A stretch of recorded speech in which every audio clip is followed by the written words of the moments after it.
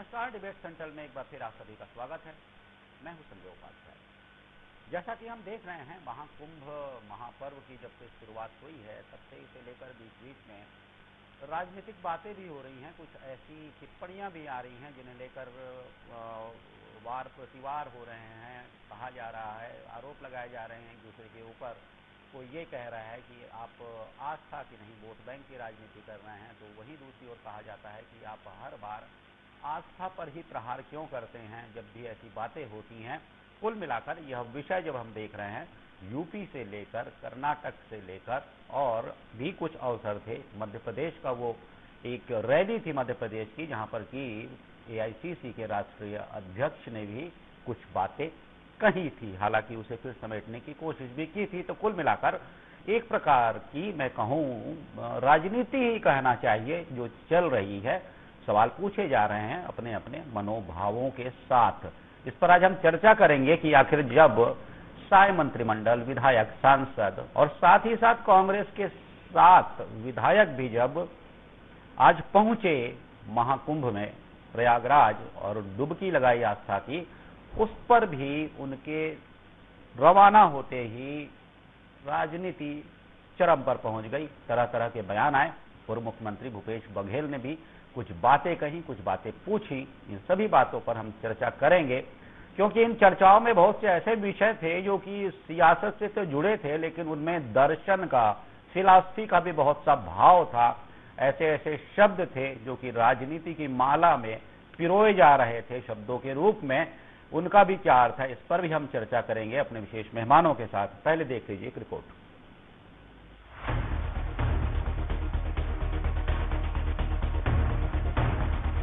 प्रदेश के सत्ता पक्ष और विपक्ष के नेता एकजुट होकर प्रयागराज महाकुंभ में शामिल हुए। मुख्यमंत्री विष्णुदेव साय, राज्यपाल रमन डेका और विधानसभा अध्यक्ष रमन सिंह ने महाकुंभ में आज आस्था की डुबकी लगाई है। लेकिन खास बात तो यह रही कि साय सरकार के साथ कांग्रेस के 7 विधायक भी कुंभ स्नान करने पहुंचे थे। कुल मिलाकर 170 से अधिक विधायक, सांसद और अन्य वीआईपी लोग इस यात्रा में शामिल हुए। कांग्रेस ने इस पर सवाल उठाया है और वीआईपी नेताओं को कुंभ न जाने की नसीहत दी है। पूर्व सीएम भूपेश बघेल ने सरकार की इस यात्रा को वोट बैंक की यात्रा बताया है। उन्होंने कहा कि वीआईपी लोगों के कुंभ जाने से अव्यवस्था फैलती है। इस पर भाजपा ने कांग्रेस से सवाल किया और पूछा कि क्या कर्नाटक के उप मुख्यमंत्री डीके शिवकुमार, दिग्गज नेता दिग्विजय सिंह और छत्तीसगढ़ कांग्रेस के प्रदेश प्रभारी सचिन पायलट जैसे नेता वीआईपी नहीं है। ये नेता भी कुंभ में स्नान करने पहुंचे थे और उनकी यात्रा पूरी तरह वीआईपी प्रोटोकॉल के तहत हुई थी। कांग्रेस को यह आपत्ति है कि विष्णुदेव साय सरकार में सभी जनप्रतिनिधियों को कुंभ स्नान का अवसर मिल रहा है। बीजेपी प्रदेश मीडिया प्रभारी अमित चिमनानी ने पलटवार करते हुए कहा कि जब भी सनातन धर्म की बात आती है तो भूपेश बघेल इसके विरोध में खड़े नजर आते हैं।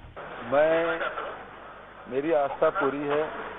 मेरी जीवन की पहली यात्रा ही प्रयागराज रहा और संगम में बीच में जाके नाव से कूदा था, तब मेरी उम्र 5 साल थी। तब से मैं लगातार जा रहा हूँ। लेकिन ये है कि ऐसे पर्वों में जब बहुत ज्यादा भीड़ भाड़ रहे तो वीआईपी लोगों को इनवाइट करना चाहिए, क्योंकि श्रद्धालु लोग जाते हैं और वीआईपी कारण से बहुत अव्यवस्था फैली और जिसका दुष्परिणाम हम लोगों ने देखा है। और जिस जनता के आशीर्वाद से हम लोगों को वो सुविधा मिली हुई, हम लोग कभी भी जा सकते हैं और हम लोग जाते ही रहते हैं कि वहाँ दर्शन। अभी चुनाव समय गए, बनारस में बढ़िया नौका विहार भी किया, गंगा आरती भी किए। माननीय विष्णुदेव साय सरकार के मंत्रिमंडल, छत्तीसगढ़ के विधायक, सांसदों, विधानसभा अध्यक्ष के महाकुंभ जाने पर भूपेश बघेल जी कह रहे हैं वीआईपी लोगों को कुंभ में नहीं जाना चाहिए। पिछले 24 घंटे में कर्नाटक के उप मुख्यमंत्री डीके शिवकुमार, कांग्रेस के दिग्गज नेता दिग्विजय सिंह, छत्तीसगढ़ कांग्रेस के ही प्रभारी सचिन पायलट गंगा स्नान प्रयागराज में ही कराए हैं, महाकुंभ जाके आए और पूरे तामझाम और प्रोटोकॉल के साथ गए। तो क्या भूपेश बघेल जी इनका भी विरोध करेंगे? छत्तीसगढ़ के जो विधायक गए हैं उन्हें क्या पार्टी से निकलवाएंगे? जब जब सनातन धर्म की बात आती है तब तब भूपेश बघेल जी उसके विरोध में खड़े होते हैं। मल्लिकार्जुन खड़गे जी ने जब गंगा स्नान पर, महाकुंभ पर अभद्र टिप्पणी की तो भी भूपेश बघेल जी ने उसका विरोध नहीं किया। राष्ट्रीय अध्यक्ष कर्नाटक से ही आते हैं और उस कर्नाटक सरकार के ही उप मुख्यमंत्री डीके शिव कुमार ने हिम्मत दिखाकर महाकुंभ में स्नान किया और कहा है कि इतनी बड़ी व्यवस्था को संभालना कोई छोटी मोटी बात नहीं है। भूपेश बघेल जी को भी अब हिम्मत करनी चाहिए और कम से कम आप गंगा स्नान करने नहीं जा रहे हैं तो जो लोग जा रहे हैं उन पर टिप्पणी नहीं करनी चाहिए। साई मंत्रिमंडल सहित विधायकों के महाकुंभ स्नान पर अब राजनीतिक टिप्पणियों में दर्शन के भाव भी पिरोए जा रहे हैं। पुण्य कार्य मोक्ष भाग्य वालों को स्नान का अवसर सहित मनचंगा तो कटौती में गंगा जैसे भावों के साथ नेता अपनी बातों को सियासी रंग देने में जुटे हुए हैं। Bureau report, DA news plus, Raipur.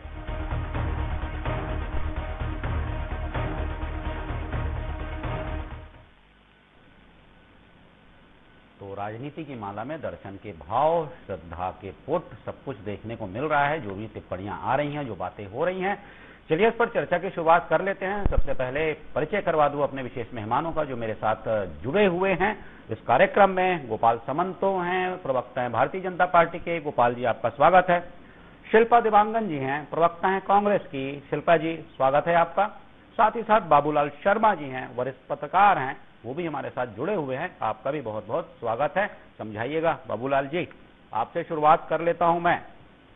Gopal समंतो जी, पूरी मंत्रिमंडल गई है, साथ में सांसद हैं, विधायक हैं। विधानसभा अध्यक्ष ने पत्र भी लिखा था, सभी को पत्र लिखा था, खुला निमंत्रण था कि आप आइए, साथ चलिए। बहुतों ने दूरी बना ली, बड़े नेताओं ने, लेकिन 7 विधायक कांग्रेस के फिर भी गए आपके साथ, वो उन्होंने डुबकी लगाई। तो इस पर राजनीति का जो मैं देख रहा था, बातें होती हैं। जब पूर्व मुख्यमंत्री, विधानसभा अध्यक्ष ने कहा था, उनका ही भाग्य होता है जो वहां जा पाते हैं, या फिर भाग्यशाली ही लोग ही होते हैं जो कि 144 वर्ष में आने वाले महाकुंभ में जिन्हें स्नान का अवसर मिलता है। उसके बाद जो बातें शुरू होती हैं वो अलग अलग रंगों में, रूपों में दिखाई देती हैं। कहा जाता है आपकी ये वोट बैंक की यात्रा है, आस्था की यात्रा नहीं है।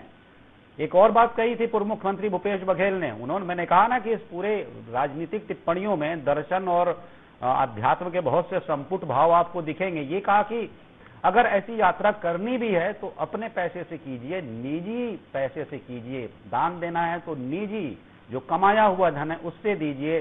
कुल मिलाकर फिर आपकी ओर से कहा गया कि वो सनातन के विरोधी हैं। गोपाल जी। देखिए संजय जी, कांग्रेस के नेता या कांग्रेस के राष्ट्रीय अध्यक्ष या कांग्रेस के बड़े बड़े नेताओं का जी सनातन धर्म का विरोध करना कोई नई बात बिल्कुल नहीं है।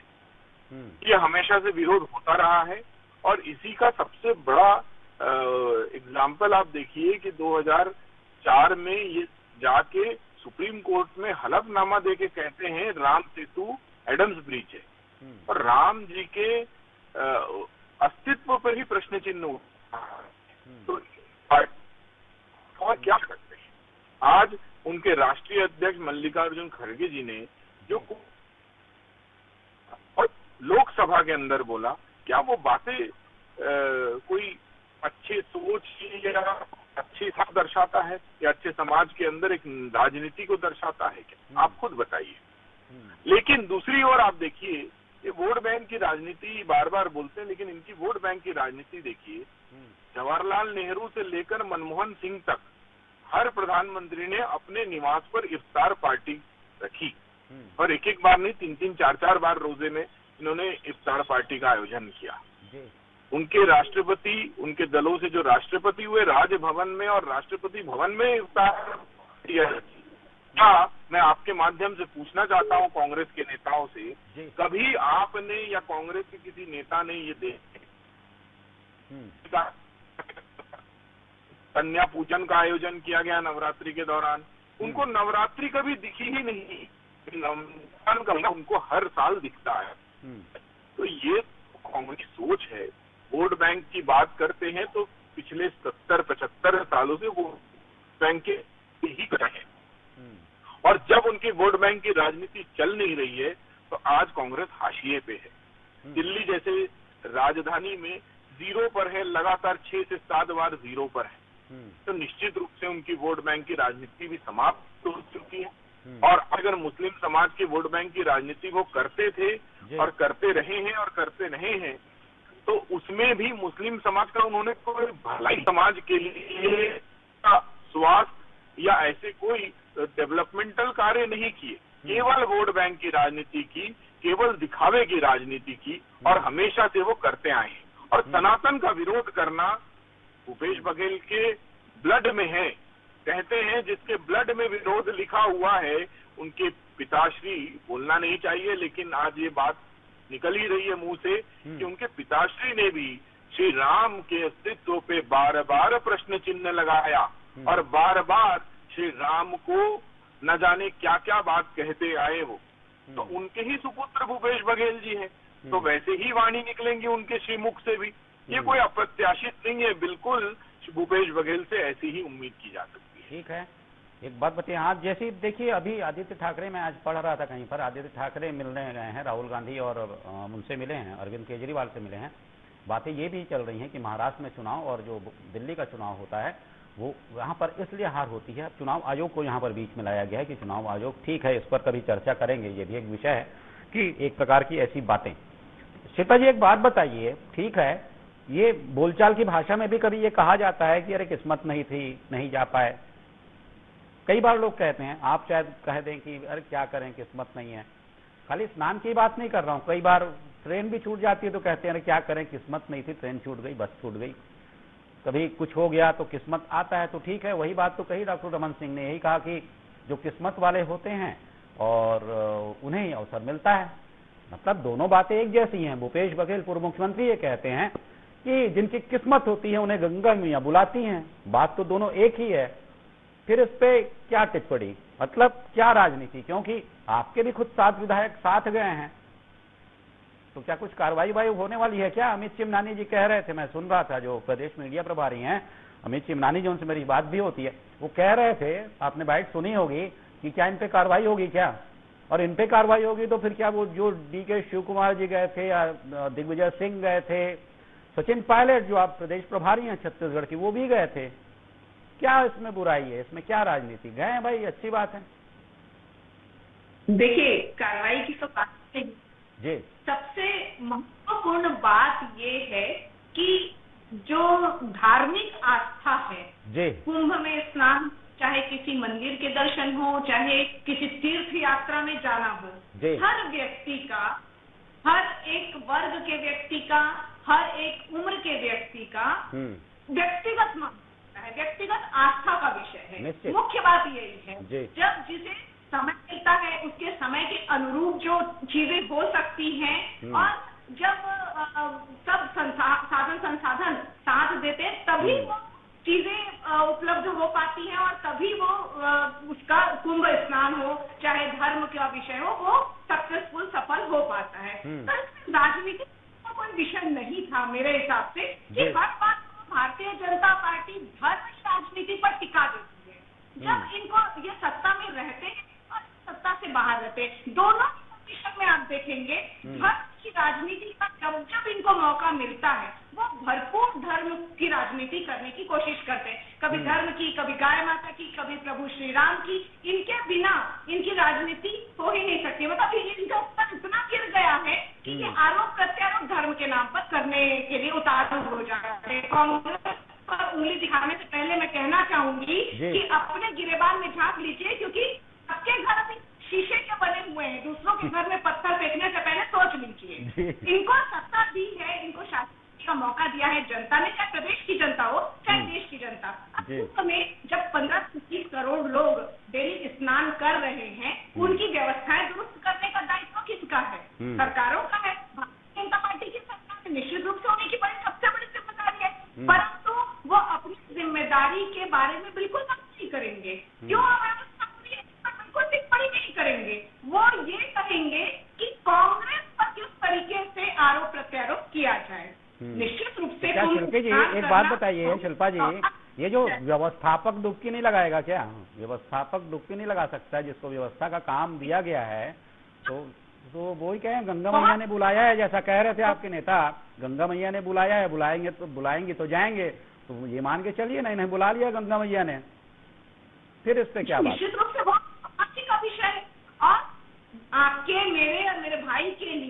सभी के लिए एक इच्छा होती है कि इस धर्म के हिसाब से हम अपनी आस्थाएं जता सके, आस्था का पालन कर सके, धर्म के नियमों का पालन कर सके। परंतु समय संसाधन, इसमें एक बात ये भी होती है शिल्पा जी कि कई बार क्या होता है ना, आस्था का प्रश्न आप कह रही हैं, आस्था होती है, कई बार क्या होता है ना, धर्म से, धर्म की राजनीति, धर्म ये करना, धर्म वो जो भी हो रहा है ना, लेकिन कई बार क्या होता है ना कि मरा कहने से भी जो राम राम आ जाते हैं ना अपने आप, तो उससे भी बहुत फायदा मिल जाता है। तो अगर ऐसा है तो समझिए कि भारतीय जनता पार्टी को तो इसका लाभ मिल ही रहा है कि आप जो भी कह रहे हैं राम, लेकिन उसमें आ रहा है बीच में वो शब्द जुड़कर बन जा रहे हैं। शिल्पा जी, बाबूलाल जी, ये जो बात हो रही थी आज सवेरे से देख रहे हैं, जब से ये लोग मुझे लगता है कि प्लेन में बैठे ही होंगे, तब से ये सब बातें शुरू हो गई हैं। वहां तो पता नहीं ये सब पता होगा कि नहीं, कांग्रेस के जो विधायक गए थे कि यहाँ पर क्या कुछ बयानबाजी हो रही है, क्या कुछ चल रहा है, लेकिन क्या देखते हैं इसके मूल में, क्योंकि ये एक यात्रा थी, आमंत्रण पत्र लिखा विधानसभा अध्यक्ष ने, डॉक्टर रमन सिंह ने कहा कि आप आइए, चलिए, जुड़ जाते, चले जाते, एक अच्छा संदेश भी होता, एक सौहार्द्रता का, राजनीतिक सौहार्द जिसे कहते हैं, उसकी भी एक झलक मिलती। ठीक है, कोई नहीं जा पाया अपने कारण से, लेकिन ये जो सब कुछ टिप्पणियां आ रही हैं वो, बाबूलाल जी देखिए जी, ये नितांत रूप से निजी आस्था का विषय है। कुंभ में स्नान करने जाना है कि नहीं जाना है, बिल्कुल, और उस पर राजनीतिक आरोप प्रत्यारोप होना तो नहीं चाहिए, बिल्कुल, लेकिन हो रहा है। क्यों हो रहा है? जिस तरह इस बार कुंभ का प्रचार प्रसार दैनंदिन रूप से जो है उत्तर प्रदेश सरकार द्वारा किया गया जी, और अग्रणी भूमिका जो है उत्तर प्रदेश के मुख्यमंत्री ने निभाई, और बार बार अखबारों में इसका प्रचार प्रसार और करोड़ों की उपस्थिति और सनातन धर्म का नाम लेकर के भगवा झंडे की बात की गई, उससे जो है निश्चित रूप से जो है सनातन धर्म की आड़ में राजनीतिक लाभ लेने का मामला माना कांग्रेस ने, और राजनीति का विषय ये बन गया। कांग्रेस ने ये समझा कि इस माध्यम से भारतीय जनता पार्टी जो है इसका लाभ लेना चाहती, सनातन धर्म के आड़ में हिंदू धर्म का ध्वजवाहक बनना चाहती है, और हिंदू धर्म के लोगों को जो है इकट्ठा करने का जो है उनका एक प्रयास राजनीतिक रूप से है, ऐसा कांग्रेस ने माना जी। और ये मानने के कारण जो है इसमें राजनीति शुरू हो गई, और वर्तमान जो आरोप प्रत्यारोप जो प्रदेश में जो लग रहे हैं, डॉक्टर रमन सिंह ने कहा पहले कि जो लोग नहीं जा पाए उनके भाग्य में नहीं है, वो खारून में भी डुबकी लगा सकते हैं। उसका जवाब भूपेश बघेल ने दिया कि अगर ऐसी बात है तो बहुत सारे आपके भी लोग, अजय चंद्राकर है, अमर अग्रवाल है, राजेश मूणत है, ब्रिजमोहन अग्रवाल है, ये लोग नहीं जा रहे हैं, तो क्या इनके लिए भी वो लागू होता है कि ये खारून में डुबकी लगाएं? तो ये जो है एक प्रकार का अजीबो गरीब राजनीति है, बहुत ही मेरे हिसाब से तो बहुत छोटे स्तर की राजनीति, जवाब सवाल हो रहा है। और ये जो है हम खुद विधानसभा अध्यक्ष की बात उठा रहे हैं लोग कि वो क्यों ले जा रहे हैं, वो सरकारी पैसे का दुरुपयोग क्यों कर रहे हैं। तो देखिए, बड़े ध्यान से सुनिए इस बात को कि हमने ही ये अधिकार जो है प्रतिनिधि चुनकर जो है वोटों के माध्यम से हमने ही अधिकार दिया है कि हमारी जो जमा पूंजी है, हमारा जो पैसा है, जनता का पैसा, उसको कैसे खर्च करना है आप लोग नीतियां बनाकर तय कीजिए, योजना बनाकर तय कीजिए। हमने ही प्रतिनिधि चुनकर भेजे हैं, और विधानसभा अध्यक्ष और सीएम भी यही प्रतिनिधि जो है इनको चुनते हैं। पद पर जब आ जाते हैं तो उनके अधिकार होते हैं, उनके नीति नियम होते हैं, उनके पास में विशेषाधिकार भी होता है। तो विधानसभा अध्यक्ष का जो प्रश्न आप लोग उठा रहे हैं, उन्हें विशेषाधिकार है, उसे कोई चुनौती नहीं दे सकता, ये मैं जानता हूँ। और देखिए, डॉक्टर रमन सिंह ने कहा कि नहीं जा रहे हैं, उनके भाग्य में नहीं है, भाई खारून ने, वो एक विवाद का विषय बन गया। 7 कांग्रेस विधायक भी गए हैं साथ में। विवाद होना ही नहीं चाहिए, निजी आस्था का विषय है। जहां तक सवाल है कि देखिए, कई जगह विदेश जाते हैं, विधानसभा की तरफ से विदेश जाते हैं, पत्रकार साथी भी जो है वो दौरे पे जाते हैं, अध्ययन दौरे पर, बहुत सारे और दौरे होते हैं, कई और दौरे में आते हैं, उनके लिए भी सरकारी पैसे का खर्च होता है। ये अधिकार का विषय है, और विधानसभा अध्यक्ष के अधिकार को चुनौती नहीं है। वो अपने सदस्यों को कहीं भी जो है उनकी सुविधा के अनुसार जो है वो कहीं ले जा सकते हैं, उसमें कहीं कोई गुरेज नहीं होना चाहिए, और राजनीति का विषय भी नहीं बनना चाहिए। बिल्कुल। एक बात बताइए शिल्पी जी कि ये जो बात जैसी हो रही है, भाजपा कह रही है, अभी बाबूलाल जी कह रहे थे निजी आस्था का विषय है, हम सभी मानते हैं बिल्कुल निजी आस्था का मतलब बिल्कुल ये एकात्मता का विषय है कि आप एकात्म रूप से क्या सोचते हैं, आपकी आत्मा कैसी है, विश्वास आपका कैसा है, आप क्या समझती हैं, जाना नहीं जाना, क्या करना, ये निजी बिल्कुल ही समझ लीजिए कि अत्यंत ये कहा जाए कि निजी विषय है। लेकिन अगर एक बात है, बीजेपी कह रही है सनातन विरोधी और बाकी आप कह रहे हैं कि वोट बैंक की राजनीति चल रही है, वोट यात्रा है, ये आस्था की यात्रा नहीं है, तो आप भी देख रही हैं अगर वोट यात्रा है तो वोट तो आपको भी चाहिए, छोड़ दीजिए वोट नहीं चाहिए, लेकिन आपको नहीं लगता कि जब ऐसे बयान सामने आते हैं, आप खुद देख रही हैं संख्या कितनी है, 40-45 करोड़ बताए जा रहे हैं, इतने करोड़ों लोग जब वहां पहुंच रहे हैं, निश्चित रूप से उनकी आस्था है, वो ढकेले नहीं गए हैं या फिर उन्हें जबरदस्ती वहां ले जाया नहीं गया है, उनकी अपनी आस्था है, लोग परेशान होकर भी जा रहे हैं, लोग लंबे जाम में फंसकर भी जा रहे हैं, इंतजार इस बात का कर रहे हैं कि कब उन्हें अवसर मिले डुबकी लगाने का।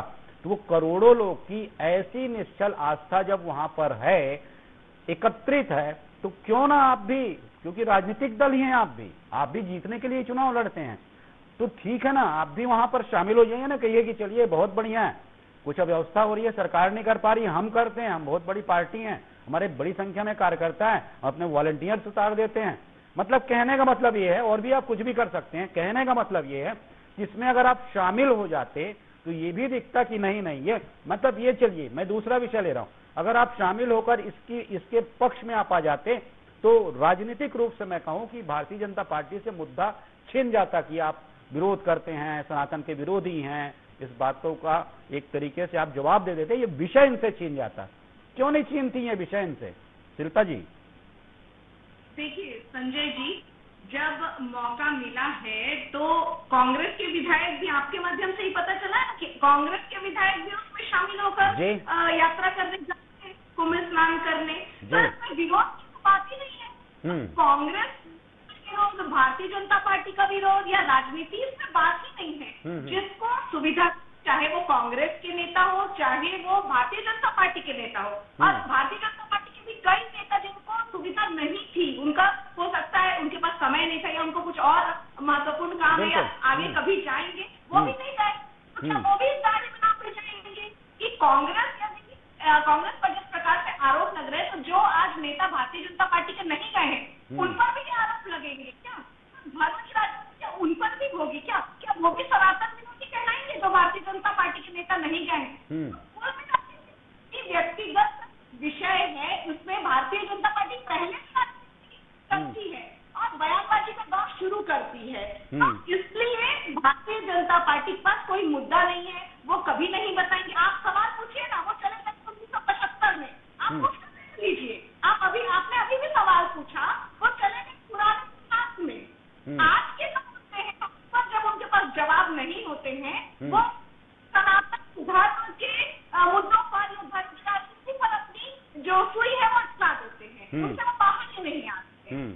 चलिए ना, चलिए ठीक है, चलिए ठीक है, विरोध की कोई बात ही नहीं है। प्रदेश अध्यक्ष दीपक बैनर्जी ने भी स्पष्ट शब्दों में कहा है कि जिनके पास जब समय है वो स्नान करने व्यक्तिगत तरीके से या जैसा भी हो जा सकते हैं, उसमें पार्टी की तरफ से या राजनीतिक दलों की तरफ से कोई भी बंधन नहीं है।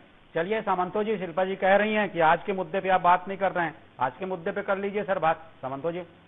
मैं आज के ही मुद्दे पे बात कर रहा हूँ। ये बार बार राजनीति की बात कर रही थी शिल्पा जी की, गाय को लेके, गौ माता को लेके, या श्री राम को लेके, या सनातन धर्म को। तो मैं शिल्पा जी से पूछता हूँ, हज यात्रा पर 65 साल तक सब्सिडी दिया गया, क्या वो राजनीति नहीं थी? हर राज्य के राजधानी में हज भवन बनवाया गया, क्या वो राजनीति नहीं थी? हर मुख्य कार्यालय में, हर प्रमुख निवासों में इफ्तार पार्टी दी गई सरकारी खर्चे पे, क्या वो राजनीति नहीं थी? हाँ, सिर्फ सनातन धर्म पे कोई काम हो जाए, कोई कार्य हो जाए तो राजनीति हो जाती है। और मैं आपके माध्यम से, बाबूलाल जी ने भी एक बात कही कि हिंदू धर्म का काम, सनातन धर्म का काम भाजपा करती आई है, लेकिन मैं आश्चर्यजनक रूप से इस सवाल को पूछना चाहता हूं, आज आपके डिबेट के माध्यम से लोगों के मन में लाना चाहता हूं, क्या हज भवन बनाना एक धर्म का काम नहीं था? तो सरकार ने क्यों किया? क्या हज यात्रा पर सोचिए उस जमाने से आज जमाने तक जब तक इनकी सरकार रही, फ्लाइट की यात्रा पर सब्सिडी दी गई, फ्लाइट की यात्रा पर। एक सनातन धर्म को लेकर हिंदू धर्म के तीर्थ यात्रा कांग्रेस के 65 साल में कहीं पे सब्सिडी दी होगी या कोई आर्थिक सहायता दी होगी तो दिखा दिया जाए। 65 साल तक के कोई मंदिर पे निर्माण पे अगर कांग्रेस की सरकार ने काम किया होगा, कोई तीर्थाटन के जगह पे अगर धर्मशाला बनाया होगा तो कांग्रेस की सरकार बता दे। चाहे वो वैष्णो देवी हो, चाहे वो अमरनाथ जी हो, चाहे वो केदारनाथ जी हो, चाहे वो रामेश्वरम हो, यहाँ पे कहीं पे तीर्थाटन करने वाले लोगों के लिए किसी सरकार ने अगर भवन बनाया हो कांग्रेस की तो वो बता दे। लेकिन मैं आपको बता सकता हूँ, देश के हर राज्य में बड़े बड़े हज भवन बनाए गए, बड़े बड़े हज निवास बनाए गए। यहाँ तक कि भूपेश बघेल की सरकार के पहले साल में ही नया रायपुर में हज भवन का निर्माण के नींव रखी गई। तो क्या ये राजनीति नहीं थी? क्या इसके लिए पैसे नहीं लगे? क्या इसके लिए टैक्स का पैसा नहीं लगा? क्या इसको लेकर वोट बैंक को नहीं नापा गया? तो ये कैसी बातें करते हैं? दोगलापन केवल सनातन धर्म के लिए इनके मन में संक्षेप में जवाब दे लीजिए अगर आपके पास तो। सीधा सीधा आपने कहा ना, आज के मुद्दे पर नहीं, मैं कह रहा हूँ, चाहता हूँ, अनुरोध है, इसी मुद्दे पर सीधा जवाब दे लीजिए बिना इधर उधर गए कि आपने तुष्टीकरण की राजनीति की, मतलब आप भी धर्म के लिए ही कर रहे थे, लेकिन जब बात सिक्के का दूसरा पहलू जब आता है तब वो आपके लिए धार्मिक इशू हो जाता है। सिक्के का जब एक पहलू रहता है तो आपके लिए वो सामाजिक विषय बन जाता है। क्यों? देखिए, राजनीति में धर्म होना चाहिए परंतु धर्म पर राजनीति नहीं होना चाहिए। बहुत महत्वपूर्ण बात है ये। बार बार तो वही धर्म की राजनीति में कह रहा हूँ, वो धर्म की राजनीति तो है जो कह रहे हैं सामंतो जी। सामंतो जी का जवाब दीजिए, सामंतो जी कह रहे हैं उसका जवाब दीजिए कि आप धर्म की तो राजनीति कर रहे हैं। राजनीति का धर्म क्या है? राजनीति का धर्म ये है कि सारे प्रकार के भेदभाव, वो जो जूते होते हैं उतार कर फिर राजनीति की सीढ़ी चढ़ना, राजनीति का धर्म क्या है? राजनीति का बहुत सीधा सा धर्म है। यहाँ तो धर्म की राजनीति की बात हो रही है। मैं अपने भाई से पूछना चाहती हूँ। नहीं, आप एक सवाल का जवाब आप दूसरे सवाल से दे रही हैं, उसपे तो केस भी चला था। एक सवाल का जवाब दूसरे सवाल से दे रही हैं, ये जो बता दीजिए। चलिए ठीक है, रहने दीजिए। बाबूलाल शर्मा जी, हमेशा राजनीति के दो रूप देखने को मिलते हैं। वही मैंने जैसा कहा, सिक्के के दो पहलू होते हैं, एक तरफ एक तरफ दूसरा, और भी कुछ कुछ अलग अलग आयाम होते हैं, डायमेंशंस होते हैं। ये जो गोपाल जी कह रहे हैं, ये जो सामंतो जी कह रहे हैं, दोनों की लंबी बातें हैं और दोनों के अपने अपने एक एक पक्ष हैं जो बातें कही जा रही हैं। तो राजनीति में हमेशा ये दो रूप तो हमेशा से देखा गया है, क्योंकि ये कह रहे हैं सामंतो जी ऐसा कह रहे हैं कि एक विशेष वर्ग के लिए पूरा काम किया गया और जब दूसरे के लिए काम होता है तो इसे कह दिया जाता है कि ये धर्म की राजनीति हो रही है। बाबूलाल जी, हम सरकार बनाते हैं, सरकार से ये आशा होती है, हर एक व्यक्ति को ये आशा होती है, सरकार सब मिलकर बनाते हैं। बिल्कुल, उसमें मुस्लिम भी वोट देते हैं, बौद्ध भी वोट देते हैं, सिख भी वोट देते हैं, हिंदू भी वोट देते हैं, सभी लोग देते हैं जी। कोई एक वर्ग नहीं देता, खाली सनातन धर्म के लोग मानने वाले नहीं देते, सभी लोग वोट देते हैं और सरकार बनाते हैं, मिलजुल कर बनाते हैं।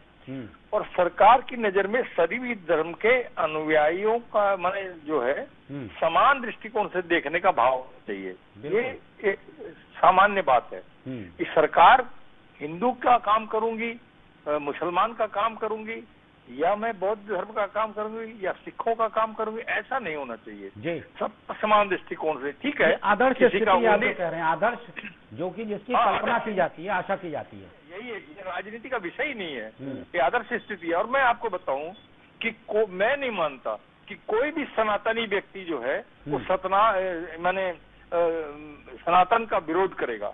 मैं नहीं मानता, कभी नहीं करेगा, वो कर ही नहीं सकता। हर व्यक्ति घर में रामायण रखता है, हर व्यक्ति चाहे भारतीय जनता पार्टी में, चाहे वो कांग्रेस में, चाहे वो और कहीं भी है, तो वो रामायण पढ़ता है, रामायण हर घर में रखता है। हर घर में आपको रामायण मिलेगी जो सनातनी है। तो वो कांग्रेस में भी है, भारतीय जनता पार्टी में भी, अन्य पार्टी में भी है। तो सनातन धर्म का माने भारतीय जनता पार्टी का कोई विरोध करे किसी बात का, उसको सनातन धर्म का विरोधी बता देना, ये थोड़ा सा अजीब सा कहना है।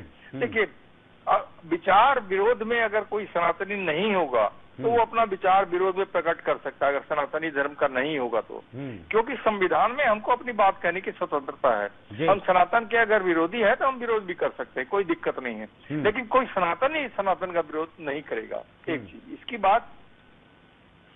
दूसरी बात, सनातन सिर्फ किसी एक दल का विषय कभी नहीं हो सकता। भाजपा के साथ सभी दलों में सनातन धर्मी लोग भरे पड़े हैं, ये बात समझ लीजिए। सनातन पर पूरी आस्था रखते हैं, पर भारतीय जनता पार्टी पर नहीं रखते। अब यहाँ पर एक प्रश्न देखिए, सनातन पर पूरी आस्था है लेकिन भाजपा पर नहीं है, कांग्रेस पर है या दूसरी पार्टी पर है, तो वे सनातन विरोधी नहीं माने जा सकते, वो सनातनी हैं। अब इस चीज को समझ लीजिए, क्लियर कट है।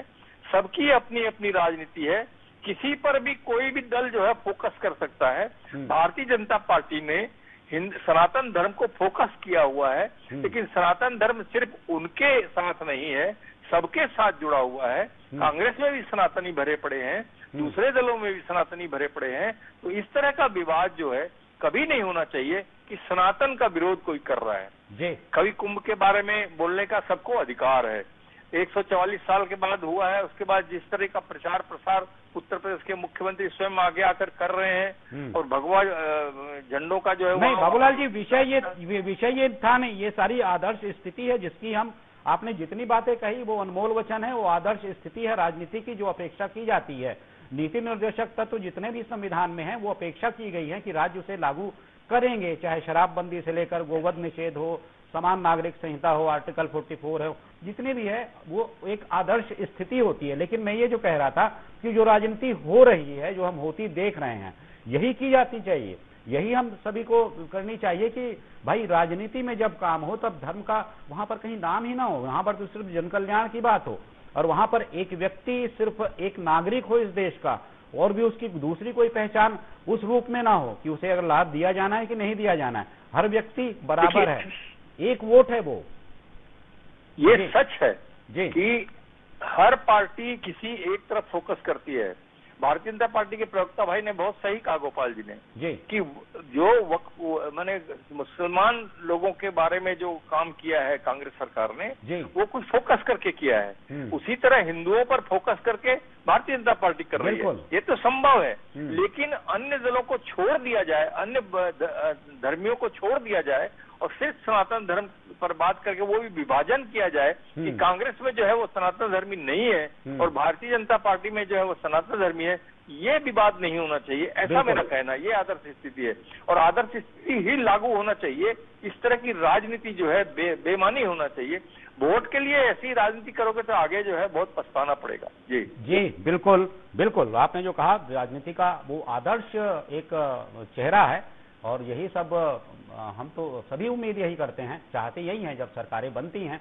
लेकिन जैसी बात होती है कि राजनीति का अपना एक विषय होता है, अपना एक एजेंडा होता है, अपनी एक प्लानिंग होती है कि किस दिशा में चलना है, किन मुद्दों को लेकर चलना है, कौन से वोट शेयर जो हैं हमसे दूर हैं उन्हें कैसे लाया जाए, कुछ ऐसे वोट शेयर्स कैसे तय किए जाएं जो कि परमानेंट हो, जिस पर दोबारा उस पर परिश्रम ना करना पड़े।